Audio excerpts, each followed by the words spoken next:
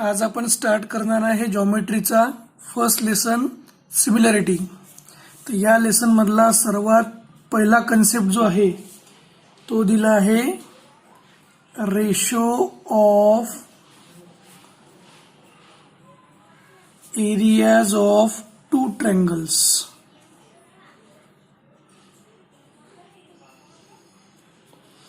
So ratio of areas of two triangles.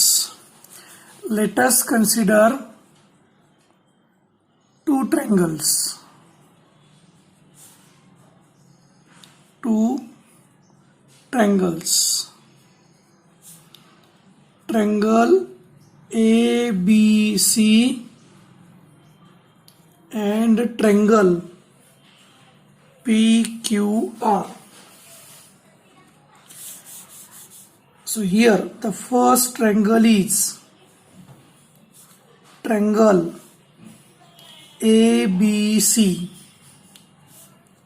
In this triangle, let us draw from the vertex A perpendicular on the side BC. So this perpendicular is AD. Second triangle we will consider PQR. PQR. From the vertex P, draw perpendicular PS on side QR. So here, in triangle ABC, base equals to B1 equals to BC and height equals to H1 equals to AD. In triangle PQR, base equals to B2 equals to QR and height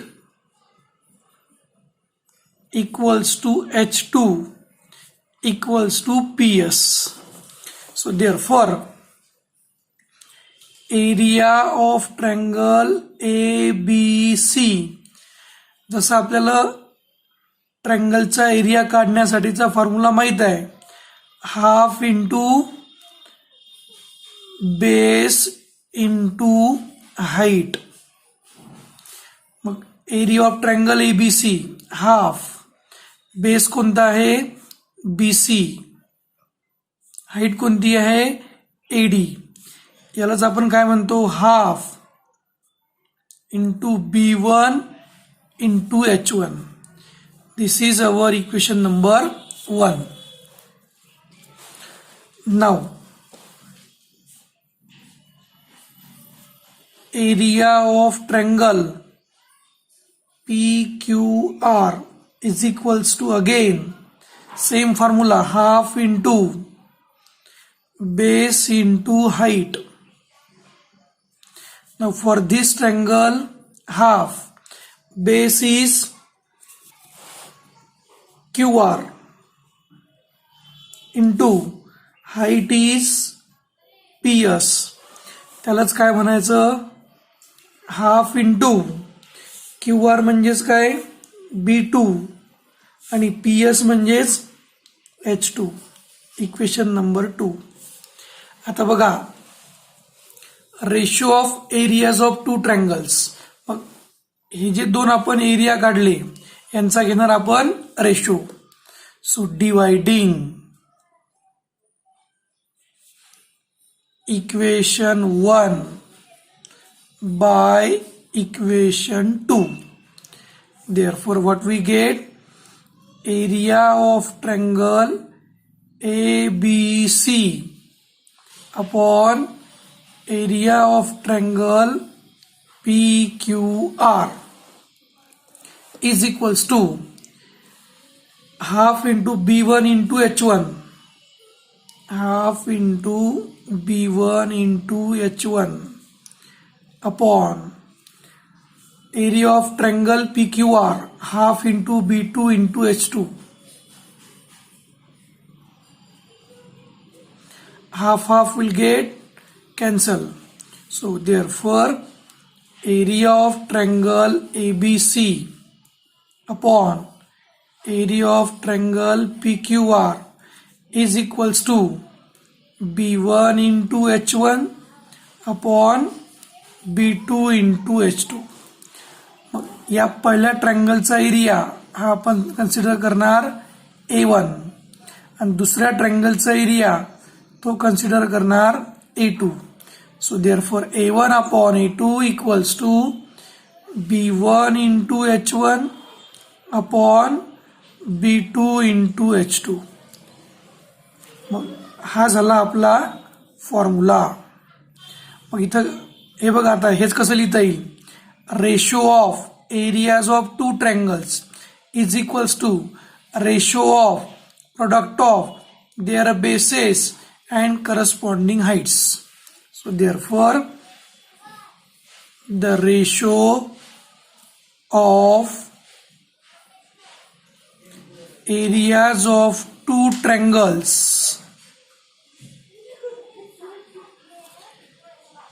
is equal to the ratio of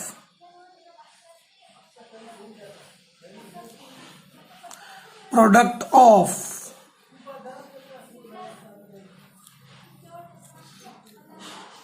their bases and its corresponding heights. So this is our complete explanation for the ratio of areas of two triangles. आता याच्या अगोदरचा जो concept आपण पाहला ratio of areas of two triangles त्याच्यावरच आधारित 3 conditions आहेत की जर 2 ट्रायंगल्स आपण घेतले तर त्यांचे बेसेस इक्वल असू शकतात किंवा त्यांच्या हाईट्स इक्वल असू शकतात किंवा त्यांच्या बेसेस आणि हाईट्स दोन्हीही इक्वल असू शकतात. तर मग त्यातली कंडिशन नंबर 1 ही कोणासाठी आहे बेसेससाठी. If the bases of two triangles are equal, then मग आता इथे आपल्याला 2 ट्रायंगल काढायचे आहेत आणि त्या दोन्ही ट्रायंगलचे बेस कसे घ्यायचे आहेत सेम घ्यायचे आहेत. मग पहिला ट्रायंगल ड्रॉ केला ABC त्याच्यामध्ये अँगल B आहे 90 डिग्री आणि त्याच्यावरच ड्रॉ करतो दुसरा ट्रायंगल BCD आणि अँगल C दाखवतो 90 डिग्रीचा. मग आता याच्यामध्ये बघा in triangle ABC base equals to BC हा BC बेस झाला. मग AB काय होईल त्याची हाईट याला म्हणतो B1 height equals to AB आणि याला म्हणतो H1. आता दुसऱ्या ट्रायंगल मध्ये इन ट्रायंगल BCD बेस तोच असणार आहे BC दॅट इज BC ची व्हॅल्यू आपण इथे घेतली B1 इथं पण म्हणणार B1. हाईट काय होईल त्याची CD आणि त्याला म्हणणार H2. Therefore area of triangle ABC upon area of triangle BCD is equals to B1 into H1 upon B2 into H2. हा आपला फॉर्म्युला आहे. मग आता इथं बघा दोन्ही ट्रायंगलचा बेस कसा आहे सेम आहे म्हणजे याचा अर्थ B1 इक्वल्स टू काय राहील B2. दोन्ही बेसेस सेम आहेत मग काय लिहिता येईल B1 into H1 आणि B2 ची व्हॅल्यू B1 इथं आपण लिहून टाकू B1 into H2. B1 काय होऊन जाईल कट मग काय राहते H1 अपॉन H2. मग या पहिल्या एरिया ऑफ ट्रँगल एबीसीला म्हणतो A1 आणि दुसरा एरिया ऑफ ट्रँगल बीसीडीला म्हणतो A2. म्हणजेच काय होते बघा, A1 upon A2 is equals to H1 upon H2. So, if bases of two triangles are same, then ratio of their areas is equal to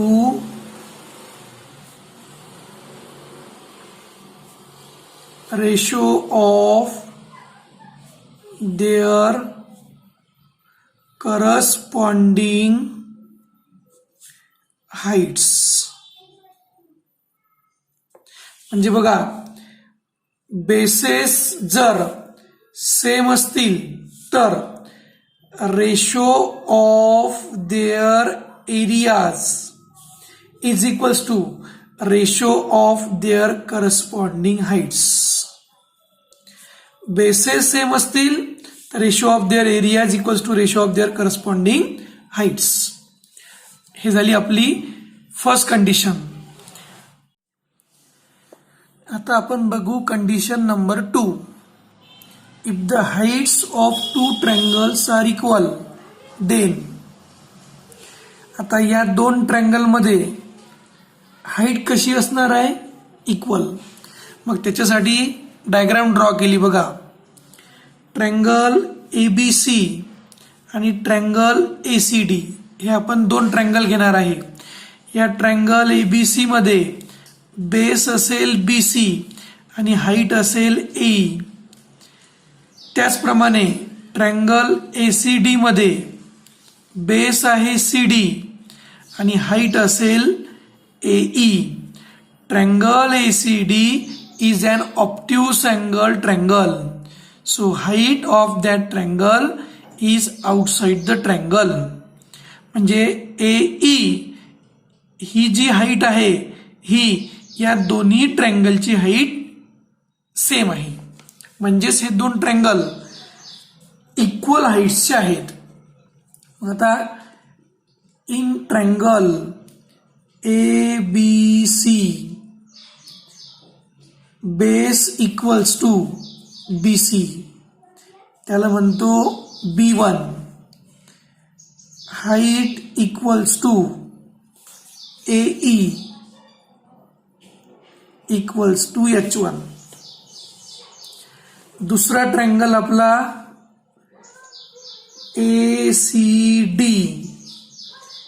त्याच्यामध्ये base CD त्याला आपण म्हणणार B2 आणि त्या सुद्धा ट्रँगलची हाईट काय राहील, AE आणि त्या AE ला आपण काय म्हटलंय, H1. मग बघा आता area of triangle ABC upon area of triangle ACD is equals to B1 into H1 upon B2 into H2. हा आपला सर्वात बेसिक फॉर्म्युला. आता इथं बघा, हियर हाईट्स आर इक्वल म्हणजेच H1 इक्वल्स टू H2. मग B1 इंटू H1 ची value किती आहे, H2 अपॉन हा B2 इंटू H2 जसाच्या तसाच. H2 cancel with H2. काय शिल्लक राहते, area of triangle ABC upon area of triangle ACD equals to B1 upon B2. यालाच काय म्हणायचं बघा, पहिल्या ट्रँगलचा एरिया लिहितो A1, दुसऱ्या ट्रायंगलचा एरिया लिहितो A2 equals to B1 upon B2. ही झाली आपली सेकंड कंडिशन. याला कसं लिहिता येईल? If the heights of two triangles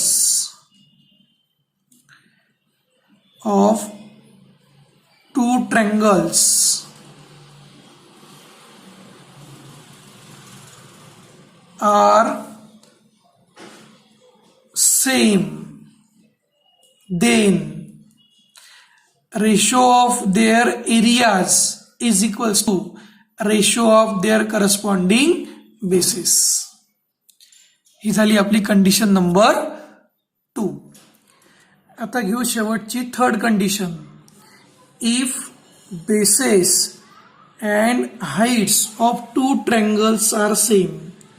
म्हणजे आता आपल्याला दोन ट्रँगल असे घ्यायचे आहेत की त्यांचे बेसेस आणि हाईट्स दोन्ही पण काय असले पाहिजे? सेम. मग त्यासाठी ही एक डायग्राम काढली. In this diagram, line L is parallel to line M. This is the condition. Triangle ABC and triangle DBC both are obtuse angle triangle. It means its height lies outside the triangle. So DE is the height for both the triangles and BC is common side. म्हणजे या दोन ट्रँगलसाठी BC base common आहे म्हणजेच equal आहे आणि त्या दोन्ही ट्रँगलची height DE ही सुद्धा कशी आहे? सेम आहे. म्हणजेच हे दोन ट्रँगल सेम बेस आणि सेम हाईटचे आहेत. इन ट्रँगल ABC बेस आहे BC, त्यालाच म्हणणार B1.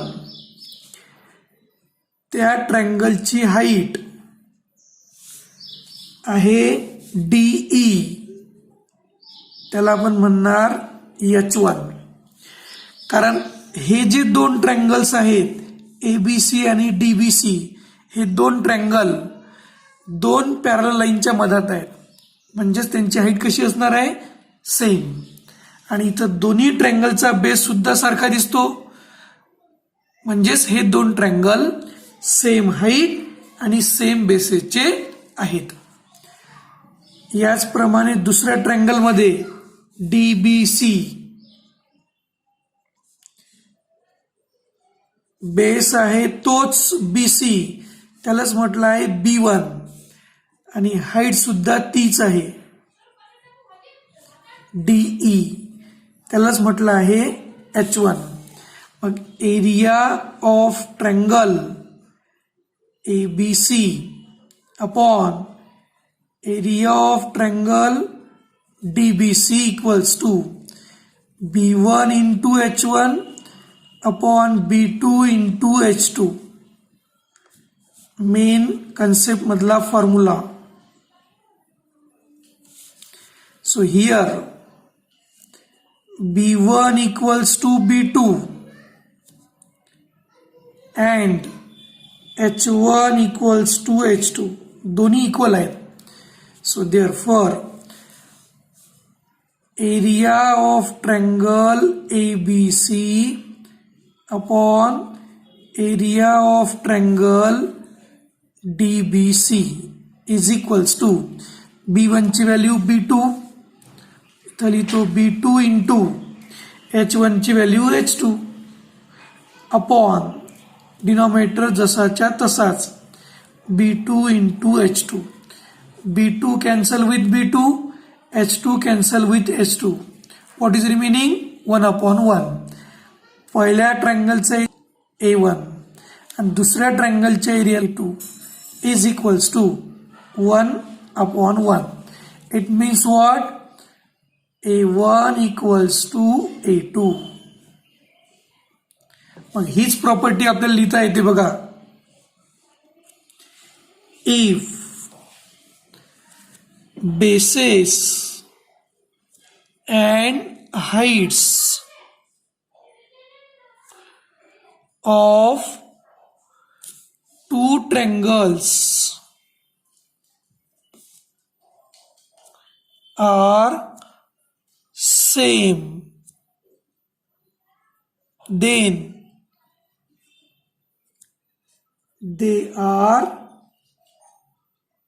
equal in areas. म्हणजे जर दोन ट्रँगलचे बेसेस आणि हाईट्स इक्वल असतील तर त्यांचा एरिया सुद्धा कसा असतो, इक्वल. ही झाली आपली कंडिशन नंबर 3.